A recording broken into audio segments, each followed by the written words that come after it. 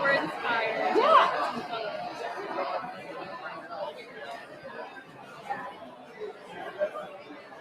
Oh, do you want to have a pick up?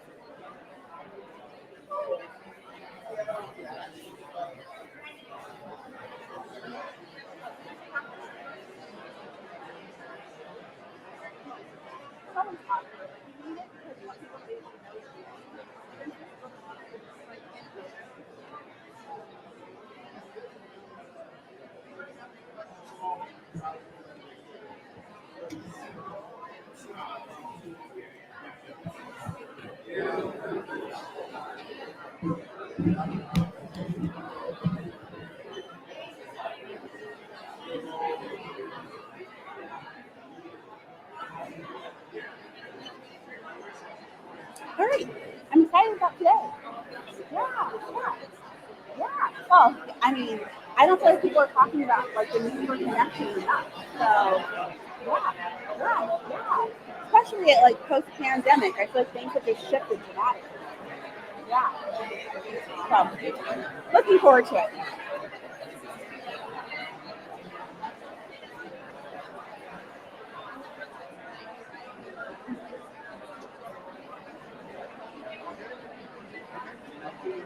Okay.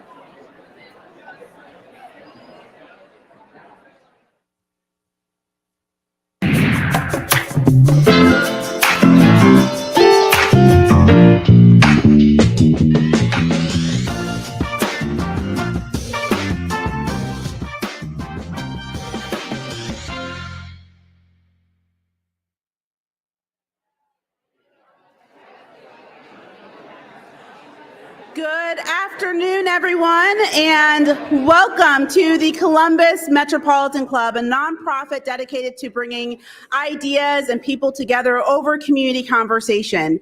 Every single week, we host an important conversation about public policy issues, current events, and leadership lessons in forums just like this one.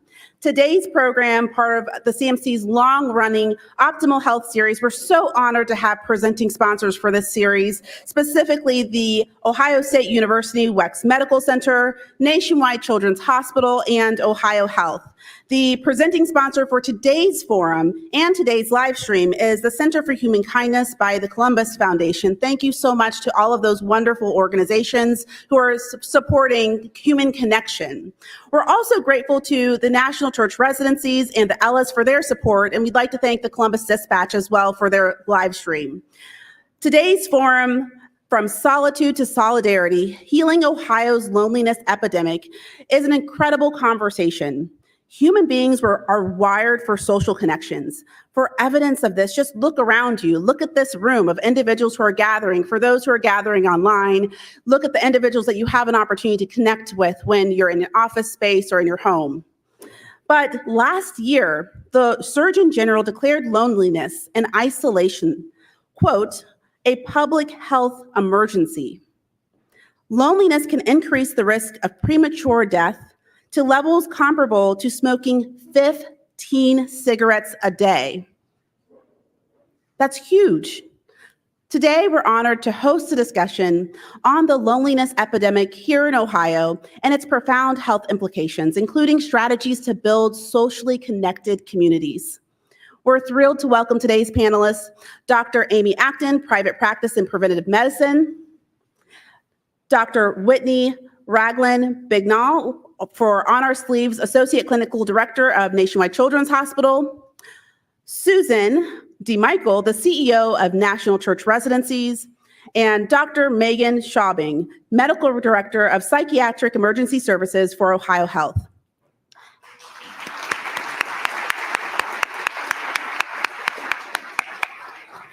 And a conversation would not be a conversation without a good moderator. Our host, Tracy McCambridge, Director of Art and Resilience for the Wex Center for the Arts. Tracy, welcome to the CMC, and let's take it away.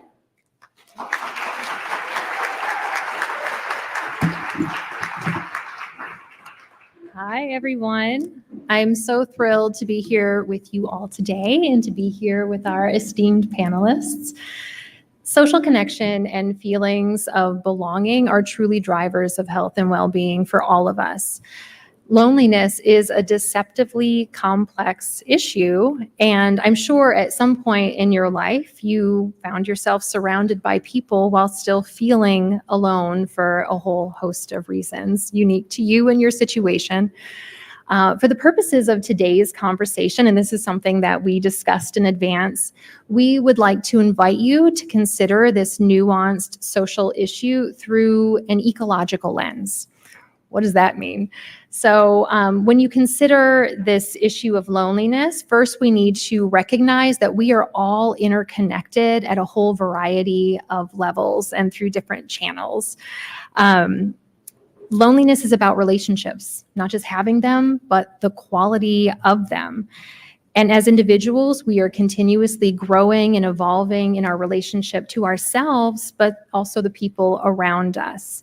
We impact and are impacted by our self-talk, our relationship with our family and friends, our relationship with our coworkers, our relationship with our workplace, the businesses and organizations in our community, all the way out to the macro level of public policy and laws that impact us. Impact goes from micro to macro and back again. And this panel and how and where we show up within this issue of loneliness in our community is a reflection of that ecology.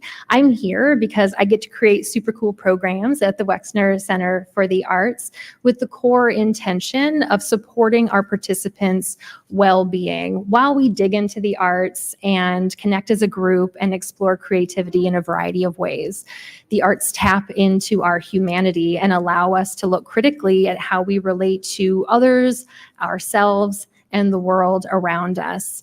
And this work wouldn't be possible, though, and these programs wouldn't be successful if they weren't collaborative across sectors. So I get to work with artists, I get to work with social workers, healthcare professionals, along with the very people that these programs are meant to support. So students at The Ohio State University, military veterans, people living with chronic illness, and beyond. And so we get to learn from each other in this work, which is really exciting. And I'm so excited to continue that learning today. And so to kick us off, I wonder, Dr. Acton, if you could maybe level set for us a little bit and help us to understand some of the research that has been coming out around loneliness and its impact on all of us.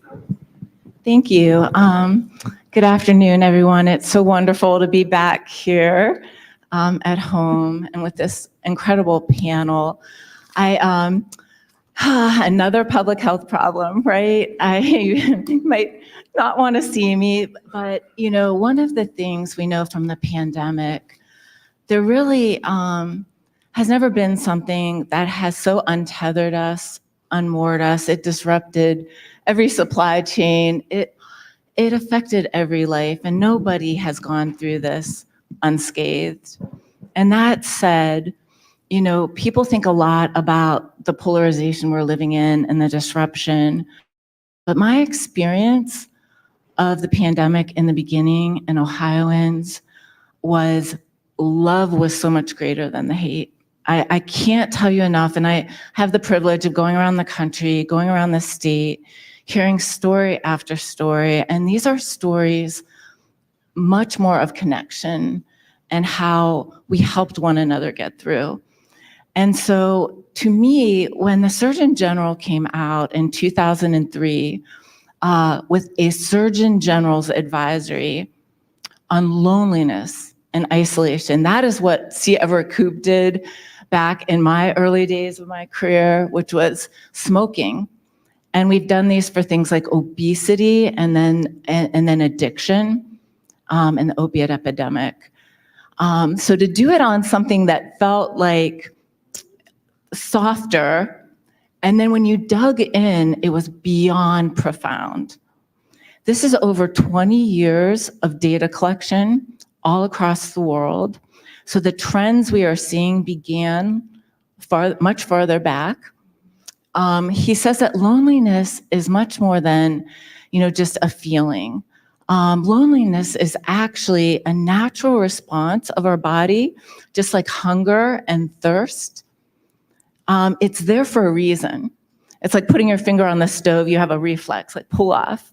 So when you first feel loneliness, which all of us do, it causes you to often want to reach out and reconnect because we have been so hardwired to need one another to survive. So it's just that basic. So that early response draws you to people. But if it is chronic and longer lasting, that begins to become something that changes your physiology, your psychology, and even your behavior. Some people withdraw, others lash out when they're feeling that. And we think a lot about folks who fall through the cracks. We certainly think about aging population, which has a high incidence of being alone, but youth feel the most lonely. I mean, the data is very startling. And you say all of this to say heart disease, 15 cigarettes a day, 6 drinks a day, more than obesity can predict your mortality and that you die sooner. So it's a profound underlying root cause of all these diseases of despair that lay over top of it. It will sound simple now, but 20 years from now, I think we'll have a fundamentally different way of looking at our well-being. And the good news is you don't do an advisory unless there's something you can do about it. And there are things we can do as individuals and things we can do collectively. And you're going to be hearing many, many examples that are already underway. There's an antidote, and that is connection and compassion and care for one another. And boy, we know we need that more than ever right now. So thanks. Absolutely. How does loneliness show up in the people that I know you all work with when you're talking with someone and they might not say explicitly like, oh God, I'm really lonely. I feel really socially isolated. How do you know that or kind of get the vibe that someone needs connection? Well, I work with young kids up to 0 to 21 is where I see my patients and families. And oftentimes kids will say things to me like, I don't have any friends, or I don't trust the people I'm around. I stay to myself. That's where I'm good. And many times when they say those words to me, it's like a red flag that they're probably not connected as much as they need to be. And even though they say they don't need friends, oftentimes they want them, but they don't know how to have them, or they don't know who to trust to let into that sphere for them. I think in the emergency department, throughout really all of Ohio and probably throughout the country, we see people in their worst moment, people that come in with mental health crises and they come to the ED because there's nowhere else for them to go. And they're at that moment where they just feel stuck and they feel so hopeless. And it's so humbling connecting with somebody when they're in that worst moment. And it's probably what I love the most about my job. And what so many people say in that moment is, there's just no hope, there's no future. And so oftentimes it's because there is nobody that they feel cares about them. And you can't even imagine what an impact it can be if there's just one single person, one single reason to live. We call it within, suicide prevention. We want that one reason to live. And for some people, it may be a child, it may be a neighbor, it may even be a pastor or just someone that was kind to them. And so we really see every single day working with people and with mental health crises, the importance of having social support, of having somebody who cares, somebody who will make you feel that you matter. What I would add, so I work with National Church Residences, and we have the honor and privilege of serving older adults in housing and in services. And I think your question was, when do you know if an older adult is at that place? And it's funny, I was thinking, often when we know, it's too late because it's already presented as a health issue. And what I love about this conversation is we're talking about the root cause. Often when we find out we treat the symptoms. We go right to, life preservation, medication, bringing someone in for treatment, right? But what we're talking about today is even more powerful. And that's because we're talking about the root cause. And that's what I love, because my honest answer is often when I know it's too late.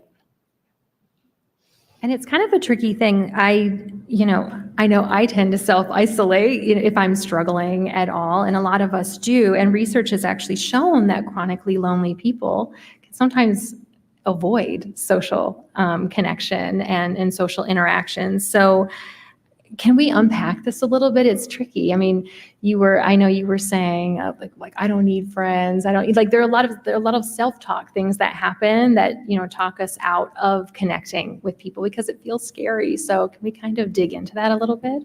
Because I think it's so not funny, but it's ironic, right? Because you want to be around people. But the more you aren't around them, you start to have these thoughts that maybe they don't want you around. Or maybe you're going through too many things and you can't talk to them, or it's going to be too much. Or you just build these stories and these thoughts. And so the more you think those things, the less likely you are to engage, right? And so it becomes this vicious cycle of isolation that your thoughts are now pushing you to be further and further away and not helping you get toward the people we know that can so help you, build the connection you want and need. What role do you see technology having in all of this? With COVID, we now have telehealth options. We're Zooming a lot, Teams meetings a lot, and we're not in physical space with one another quite as much as we used to be in certain ways. So what impact are you seeing technology having? So I think it's a double-edged sword, really, because the positive aspect of technology we saw during COVID, where at least we were able to stay in touch with one another. We had previously launched a pretty big telemedicine program across Ohio in our emergency departments and other spaces at Ohio Health so that we could connect to our patients no matter where they were. And I think during COVID, people were able to stay connected in that manner. But on the flip side of it, what we see in the emergency department a lot, people coming in crisis largely due to technology. So for instance, teenagers, we have so many teens who come in with suicidal thoughts, and they're really at that feeling stuck moment because of bullying that's happening over the internet, or because they don't feel connected to others and they see what other people are doing on Facebook and it makes them feel bad about themselves. And so I think really it can work either way, and that's something that we have to be aware of, especially with our youth. Yeah, I'm sure we've all seen the graphs where when you look at some of the mental health issues that, to Dr. Acton's point, a lot of this started well before COVID. 2007, what happened in 2007, right? The iPhone.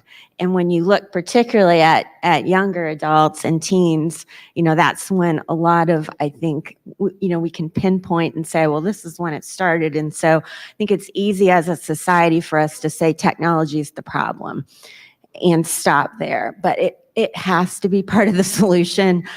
We can't just go back to the way the world is just never going to be again. And so when I look at older adults, we now have over 75% of older adults over 65 are using the internet. And wouldn't it be a beautiful thing if we could connect them with all these young people who are on their phones, right? I was just going to add that I agree it's such a double-edged sword, because in many ways it is helping us build social connection, helping us foster relationships with people we already know. I love uploading photos of my son and seeing people who don't live in this state, and I get to share raising him with them, right? And so we get to build that connection because we know each other and we have some commonality. But there are all these risks because you have that fear of missing out, that FOMO of you see all these people and they only show you one side of life and you think your life is not going as well because your life doesn't look as beautiful or as pretty as theirs, or you might be experiencing that cyberbullying that was mentioned. But I also think that it oftentimes, the iPhone and technology grabs so much of our attention that we miss out on other ways to connect. And so what ends up happening is you could be around your dining room table, but you're all on your phone. And so what ends up happening is you're missing out on deeper connection with people right in front of you because you're on your phone, right? And that is the part I think that's making the isolation and the loneliness harder, because yes, I think teens are struggling sometimes to get off their phones because they create these devices so that we use them. But the adults in their lives are also on those phones, and teens are saying, I wish my parent wasn't on that device so much, right? So I think we got to think about, like, yes, we have these devices. How do we use them balanced in a way that they do improve our connection, but they don't take away from that in-person time that we really need and desire? Open and reflective about the practice of using your phone, and talk about the fact that, like, hey, we need to put this down together, and here's why. So we took some time to break down what loneliness means a bit, and just as important, we need to really question and understand what belonging means. Like, what does that really look like? What does it mean? And so I wonder if we can, just like we talked about loneliness a bit, what are some characteristics of belonging so that we can be really intentional about cultivating that sense? I mean, I think when I think of belonging, and again, my perspective is largely around trying to optimize people's mental health, sort of practicing preventative mental health, we call it, something that we all really need to be working on and helping our kids and friends and families to work on. I think about everyone needs to feel as if they are needed. And that's what we see with many of these people who are isolated. They want to feel like they're a part of something. A child may not be a star athlete, but that child needs to feel like there's a place where they belong. And I think one of the things we were talking about in preparing for this panel was how people can be together in a room full of people and they still feel alone. A child can be at school with a bunch of peers and a bunch of kids that in theory share similar interests, and that child can feel really alone. So it's going beyond physical togetherness and helping each and every person in our community feel like there's a place for them, where they're welcome and it's inclusive and where they feel needed. Something Megan said that I loved was having that purpose. Like, that's when you know you're really tapping into belonging. It's being seen, it's being heard, it's being known, but then it's like having that greater purpose. And I love Gen Z almost as much as I love older adults, because I live with several of them, which, as you know, is a challenge for those of you who are close to Gen Z. But the one thing about Gen Z, a lot of people are down on Gen Z. They're always on their phones. They're kind of lost. They've got all these weird habits, and it's hard to connect, right? One thing I love about Gen Z, they're like the most volunteering generation we've ever seen on this planet. Like 2/3 of Gen Zers are volunteering. And it's like, they're looking for that purpose. Like, this is amazing. Like, this is a group of people who want to give back. And so that just gives me a lot of hope. I was going to add, we on our sleeves created this wonderful content on belonging this year. And what I loved about the work that one of my colleagues, Will Lever, did a literature review about belonging. And he talked a lot about how it's innate. We all need to feel like we belong. And there's these components to belonging. We have to have skills to belong. You have to know how to talk to people, make friends. You have to have the opportunity, right? You got to have people around, or the more isolated people are, or places where there are limited resources, unfortunately, those can often then leave you with less opportunity. You have to have that motivation to want to. And then the key, I think, too, is that perception, right? Like, your personal feeling about how you belong in that room, because everyone in the room can actually think you belong. They look at you and they think you're so smart and you do all these great things and we love that you're here. But if you don't have that inward perception of that belonging, it doesn't work. And so sometimes I think it's important to talk to yourself a little bit and look at your thoughts a little bit to see, like, I might be talking myself out of not belonging, right? And that's with the work with the kids that I do all the time. It's that talk and what are they saying to themselves, and helping them see opportunities where maybe they thought this person doesn't like you, but they really revere you and adore you. And so helping them to see that, I think, is also important with belonging. And then I would add, we're thinking about this individually, and certainly it's hidden in plain sight. 1 in 2 people are experiencing it right now, but it's invisible. But it's in our community level too, as you were saying. So what are we a community that makes people feel like they belong? And intentionally creating that is a vital part of this. In workplaces, when you are feeling lonely or isolated, your productivity goes down. In schools, you don't do as well. Creating places where we matter. This is one of the things I loved at the Columbus Foundation. We talk a lot about kindness, and I remember trying to say, kindness is not weakness. It is not a fluffy concept. It's something that you have to intentionally build. It's age-old, enduring principle in every religion, in every society, scientifically proven. When you do it inwardly, one of the hardest to do, as everyone is saying, that can change you. When you do it outwardly in service to one another, that changes your neurochemistry. We had a researcher, she's still there, Heather Tsavaris, who did research on belonging after working for the State Department, dealing with people who became suicide bombers, and what was going on and how was that taken advantage of. And so this mattering and belonging is essential to our contract. This reciprocity, the reciprocal nature of our life together.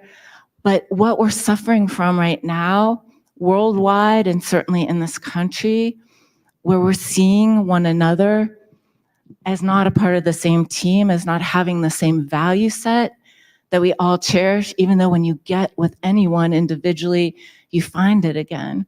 So this is a collective challenge to us as well as at our individual level. And what kind of response, especially since the Surgeon General, came out with this announcement or this warning, what kind of community level response have we seen? We have been talking a lot about the individual things that we can do, our interpersonal, connections, but have we seen an active response at more of a community level? Yeah. I think we need to do more. The good news is we're talking about it. I am seeing us talk about it as an organization. We're trying to lean in and think about, how can we make sure every older adult that we serve doesn't just get a roof or a service, or it's not transactional. How do we go from making what we do transactional to relational? That's the question. And I think we're talking about it. We're putting things in place. One of the things I'm most proud of is, our chaplaincy program has grown, and regardless of your background or your faith tradition, our chaplains are available in Central Ohio to talk with any older adult. We just started a program in New Jersey and New York, just hot off the press, that I'm so excited about too, where older adults can call a chaplain and just talk about anything. I've even started to call some of the older adults in our communities and just thank them, especially those who are giving back. And by the way, you don't want to schedule those unless you have time. You can't fit that into a 20-minute meeting. But we're taking steps, but are we doing enough? No. It's so much more needs to be done. I agree. I think we're trying to do little things, big things. I think a lot of organizations have really put a big focus on wellness. And I know that's something we've done a really good job. I'm really proud of what we've done in that space at Ohio Health. And for me, it's easy, right? Because every day I deal with people with mental health crises, and part of what we have to do for them is, as a part of safety and disposition planning, is optimizing that connectedness and social support. We view that as such a known protective factor for suicide. But even in your day-to-day work, whatever you do for your job, whatever you do every day, there are these little ways that you can check in with people and that you can connect with people. And that's a lot of what our wellness department does. I mean, we have a head of physician wellness and a head of associate wellness. That's their full-time job, to just look out for everybody's wellness. And so we even talk to our managers about, how do you check in with your team? Like, it sounds kind of obvious, right? But what's the scripting? How do you have that conversation? Because not everybody's comfortable doing that. And I think by sort of approaching it from all these different angles, we just start to chip away little by little. And then we look to our community partners. We have such a good team of mental health partners here in Central Ohio. And, we share ideas. Whenever we do something that works, we share it with Ohio State, and we share it with Mount Carmel and the Atom Board. And, we all kind of work together. But I think it has to be little and big things. And a lot of these things are happening, but you're right. Like, more needs to be happening for sure. And we were just talking over lunch, like we're already starting to share some ideas, because I think we're doing things individually, but I don't think yet we're at the point of where we're doing it together. Yeah. I've been really excited about the increase in population health. Just in the 5+ years I've been in Columbus, I've seen so many initiatives. And I think what makes population health work the best is when we're not working in our silos, we're working together. And so, I work at the Linden Primary Care Office, so I know a lot about what I see many organizations like Nationwide Children's coming together to build with the community on the assets that the community has, because people live in communities, and we know that that is a way in which they can connect. So when I'm there doing the parenting program that I do in the rec center and we're building connection, that's not just, me doing that, but that's other organizations all working together. And, when people are mentoring, that's other organizations. So I think we are doing things. There's still work to do, but I'm hoping we're building roadmaps that are laying a foundation so we can kind of continue on that work and making connection and belonging a part of the population initiatives that are happening in the state. It's important also to look to other regions and areas to see, what they're doing. And I wonder, I know we talked a little bit about some of the initiatives that are happening in the UK right now, and physicians that have been appointed by the government. I wonder if you could share a little bit about that. We had a little chat over email about those. So my first question is always, whose job is it to create the conditions in which we can all flourish and live up to our potential? And when we do that, we know that feeling of all ships rising. And right now, if you think about Columbus, is there someone whose job it is to help us be the most connected, caring, compassionate city where people feel like they belong? So that's a question I always begin with. And everywhere I could name so many things that are going on here, and regionally. For instance, doing parks and libraries are a huge part of the Surgeon General's strategy for us to have healthier, well lives. But having access for everyone is so important. Intergenerational programs that have, we have examples here in town of children and elderly being in the same building and helping one another. In the UK, they actually created a position nationally, and then those positions exist locally. What the job is helping neighborhood groups come together. It's helping schools do different things and teach the skills about how to connect with one another. It's happening in service programs, but there really is, this is so profound an effect on our well-being. If it is the underlying cause of despair and our disconnect, if our civil society, we rely on this democracy on this belief that we're in this together. We have a lot of these false arguments about, our freedoms, which we are all cherished as a part of the system, our community and connected things. But the truth is we're interconnected. We are absolutely, if a pandemic could not show The fact that there's a shortage of amoxicillin in the ER because of a supply chain. Everything this pandemic taught us. Common enemy, same enemy. Aliens invading from outer space, one enemy we all shared. But what does it call us to do with one another when those things get tough? And so our fabric moving forward, and I don't say this to be depressing, I say that this is exactly the moment where we get a chance to co-create the world we want to live in. You know, we're still reverberating from all this, but there is a reckoning we must do because we won't move on if we don't. And the Surgeon General's report, which is wonderful to read, it has a whole strategic plan, industry by industry suggestions, and that work is growing. There are other countries that are a little bit farther along in this work. There are data measures, there are tech standards. There's a real want to help entrepreneurs create and incentivize entrepreneurship around technology that connects us, because it can do good as well as bad. There are policies that can be done that are different, that actually incentivize relationships. And then I hope we can circle back to what you can do, but I'll leave it. I would just say that the Surgeon General's advisory opinion is a really great read. If you haven't read it, it's easy to download. It covers so many things and more, gives so many great points and ideas.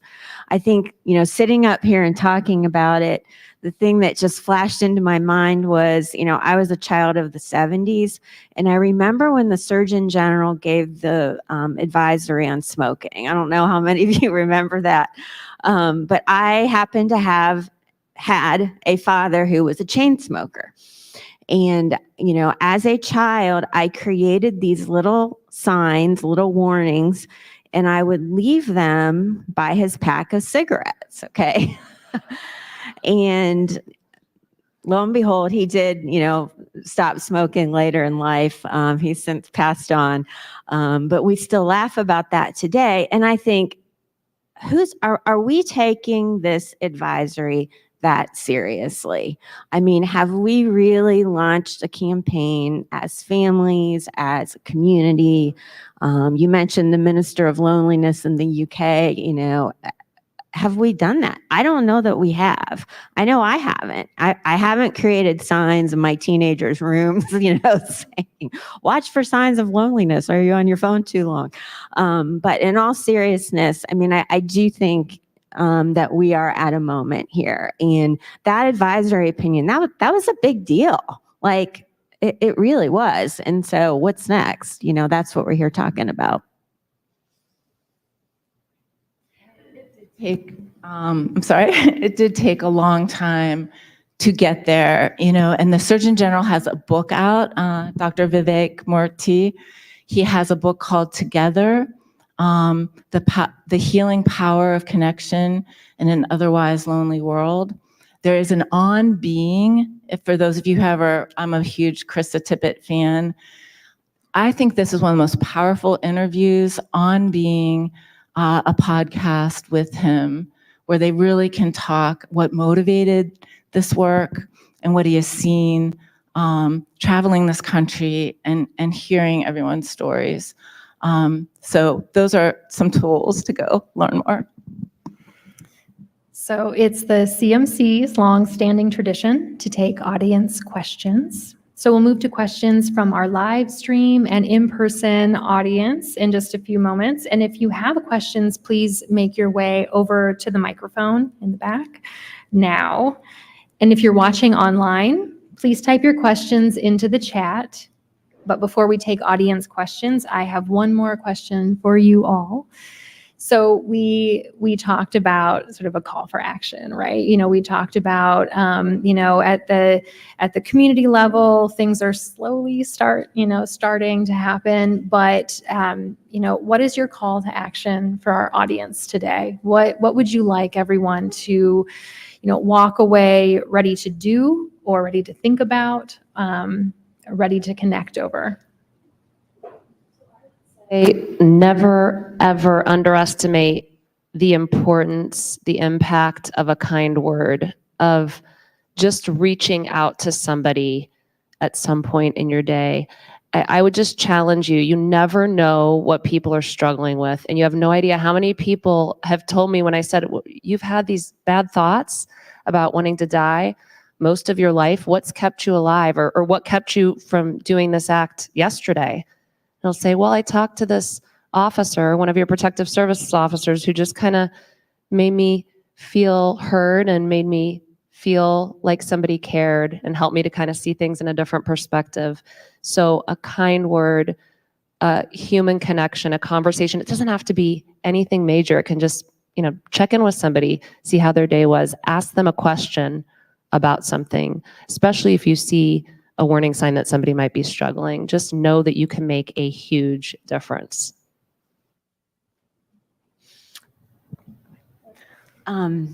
I would say just think about the older adults in your life.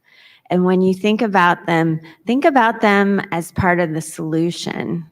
When we talk about the loneliness epidemic, don't think about them as part of the problem, the people who are away and not part of society.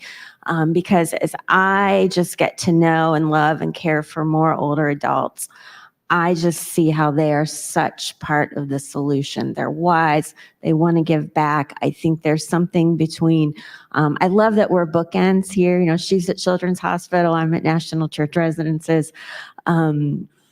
There's something here about the power of these different generations at this moment in history that we need to tap into. So I was thinking, I had so many that I could leave with. But I think we have to build on our culture of connection. And when we're talking about young people, they rely on us as adults to be trusted people who can model how to do this. And so reaching out to them, demonstrating how to do it, giving them the opportunities to engage, build skills, process. They need us. And, the stats are there because I think many times we think, 1 and 2, and we think, oh, not me. But there's probably lots of people in this room who are also having challenges. And I want you to know that we have to also break that cycle that we have. And we have to reach out. I have to tell myself that sometimes too. Like, I have to reach out when I'm having a hard time.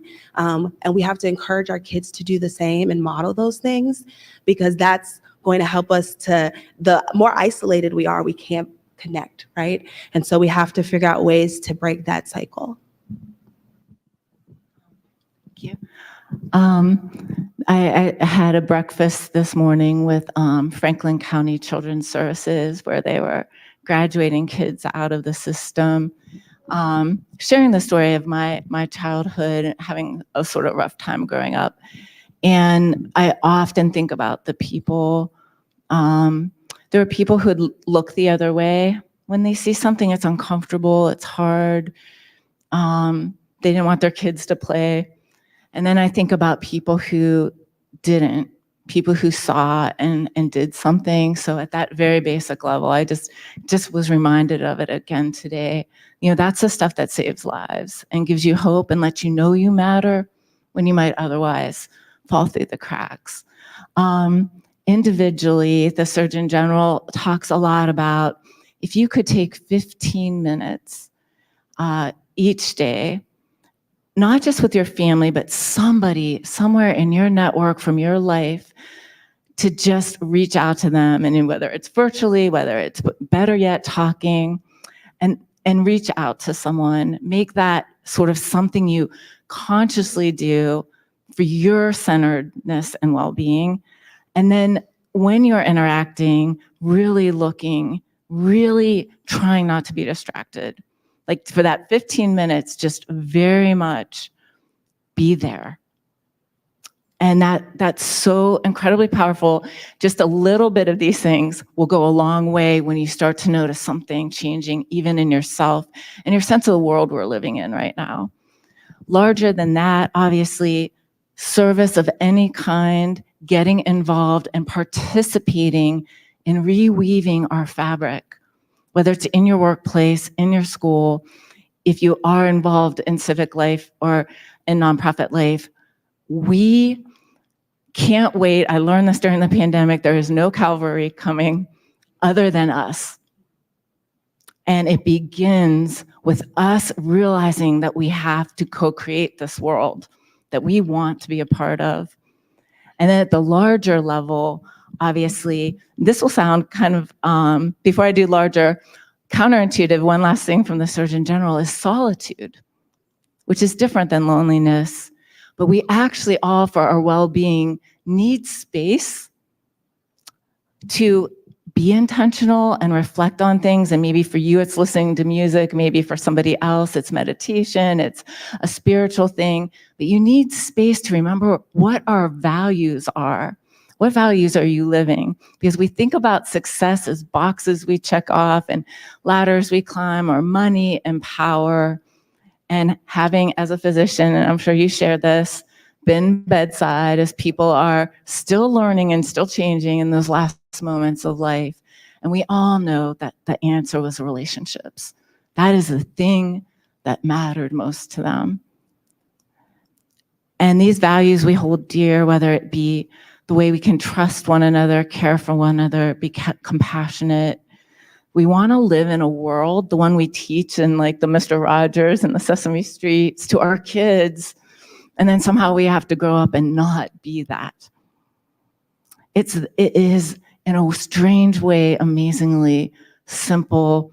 If it was in pill form, we'd be popping it. But it rests with us. And the well-being, I always think of as the well of our being. So you actually need some time for that before you go out there and do this.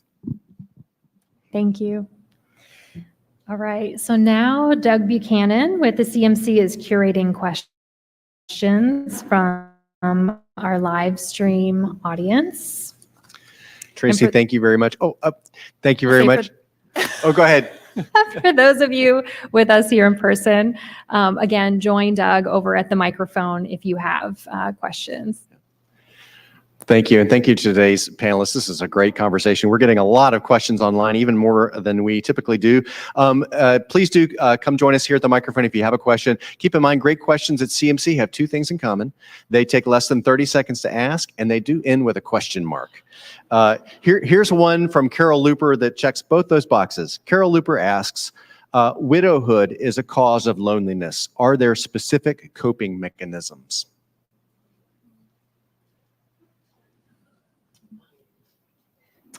I will take that one.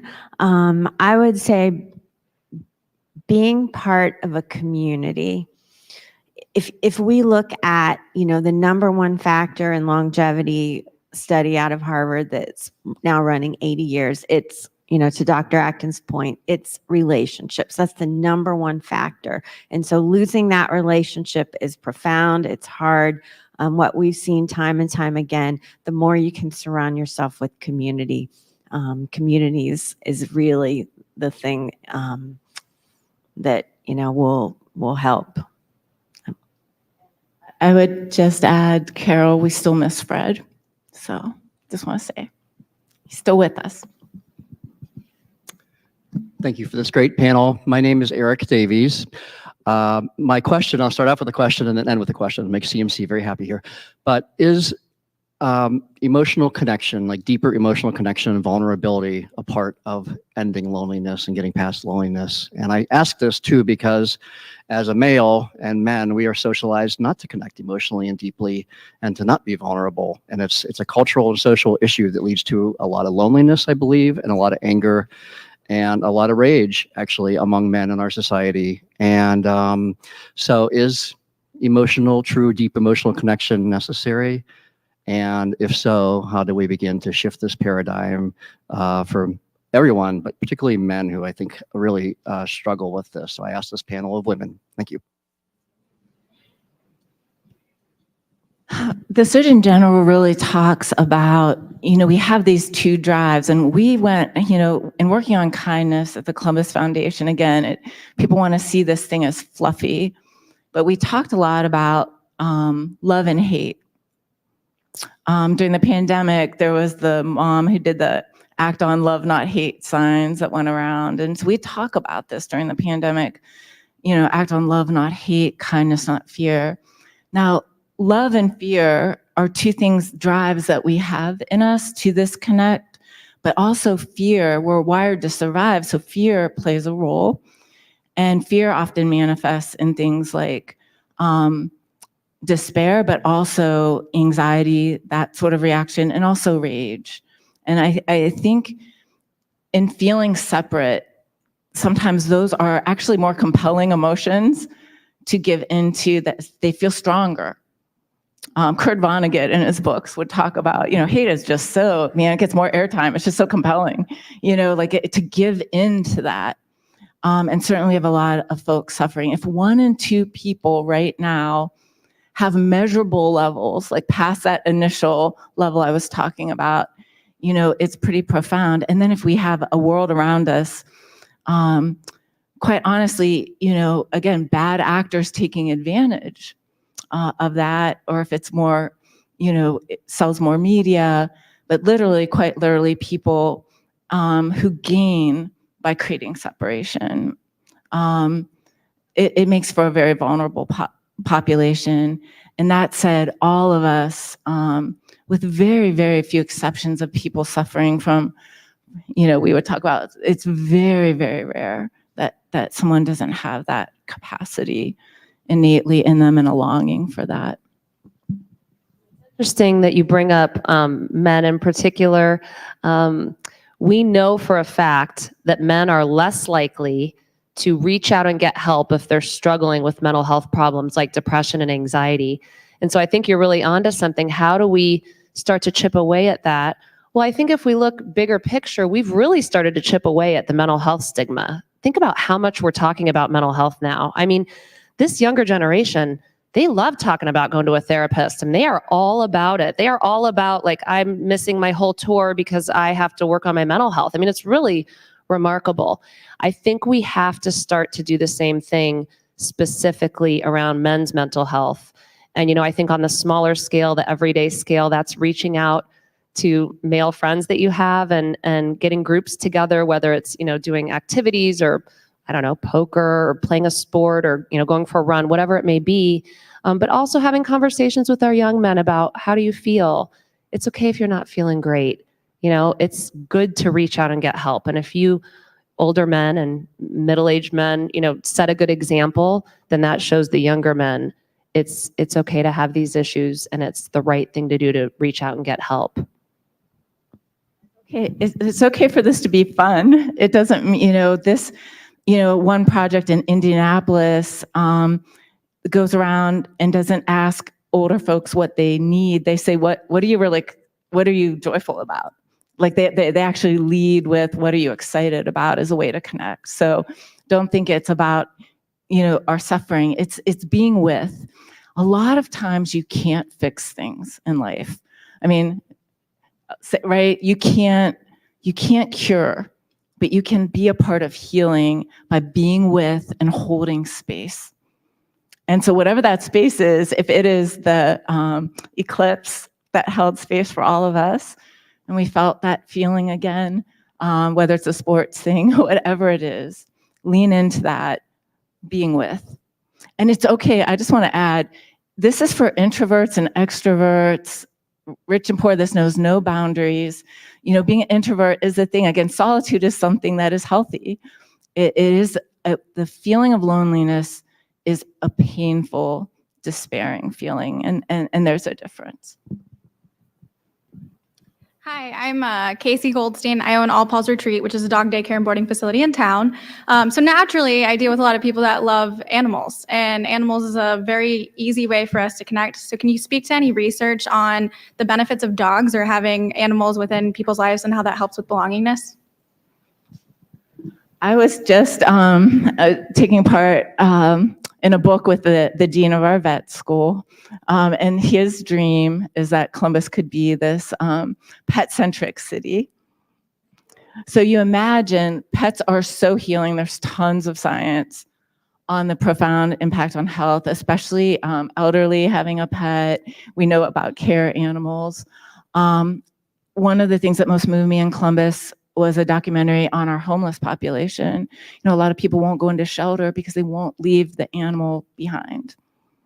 So how do, again, we create a world that allows for this? You think of Jeff Edwards' new Rapid 5 and the new walkway that Jeff is doing, and we could be eating outside and we're running into each other more because we've created a more communal thing, and maybe it should be pet friendly as well.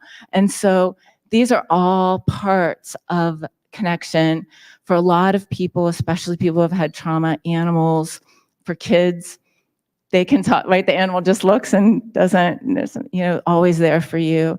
It's a huge part of our healing. There's a concept called One Health. The world is, our human health and well-being, animal well-being, and the environment are one system. It's a G7 concept now. So to think that these things aren't all intertwined, and that we are only as well as those around us, including our pets. I just wanted to say thanks for the question, because we haven't talked about that. And I am not personally aware of research on pets and loneliness, but I have seen research on pets and mental health. And some of the research that I've seen over the years has shown that it can better your mental health by, I think I've seen up to 50% in some studies. So it really is profound, and I think it's a great call out. It's an important part of the loneliness solution. Thank you. We have about 2 minutes left. We'll try to get to at least a couple more questions. Jessica Spain, watching online, says, do we think that working from home has led to more disconnection in the workplace? If so, are there ways we can overcome that? Yeah, that's a good question. I know, at least in the hospital, it was interesting because during COVID, I think this goes for all hospital systems, there were certain people that had to stay at the hospital and then certain people that didn't. And so it kind of broke things up a little bit. And now that, post-COVID, people are kind of getting back into the hospital or have gotten back into the hospital.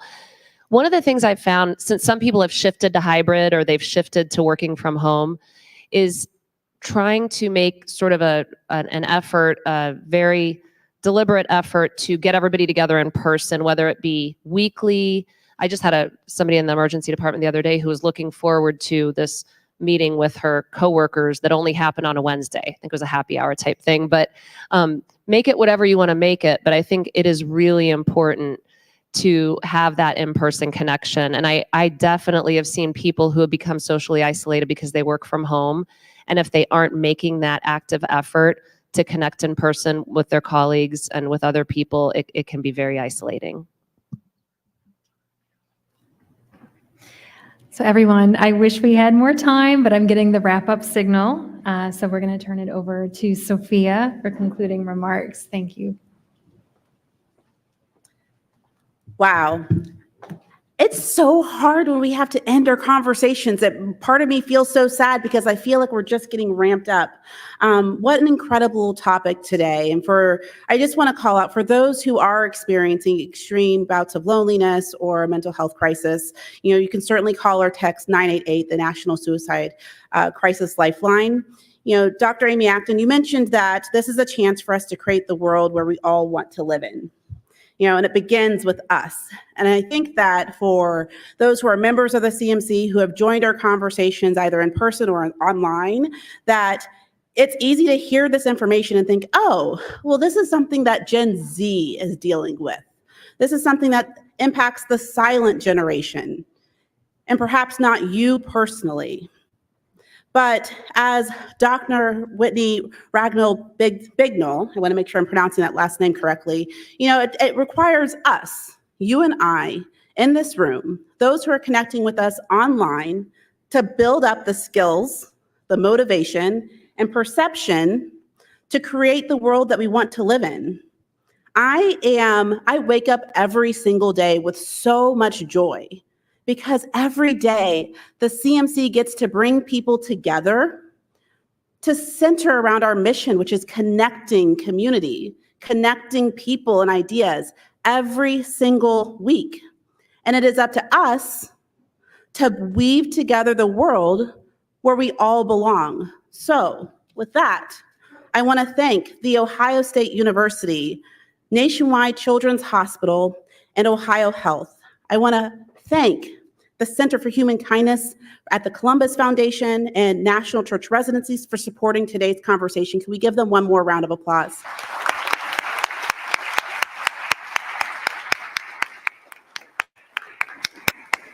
We're so grateful to be in this space, the Ellis, and from our partners with Columbus Dispatch for presenting our live stream, as well as the Columbus Foundation for presenting our live stream.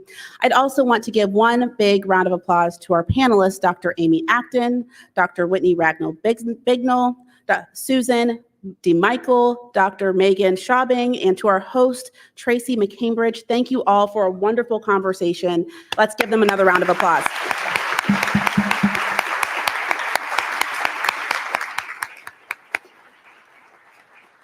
All right, for those who are tuning in online and you're looking for that weekly connection to connect with other people, I hope that you can join us next week for Pathways to Prosperity, Breaking the Poverty Cycle in Central Ohio. And for those in the room, I invite you to join us as well. Thank you again for supporting our mission and investing in community conversations. Have a great day.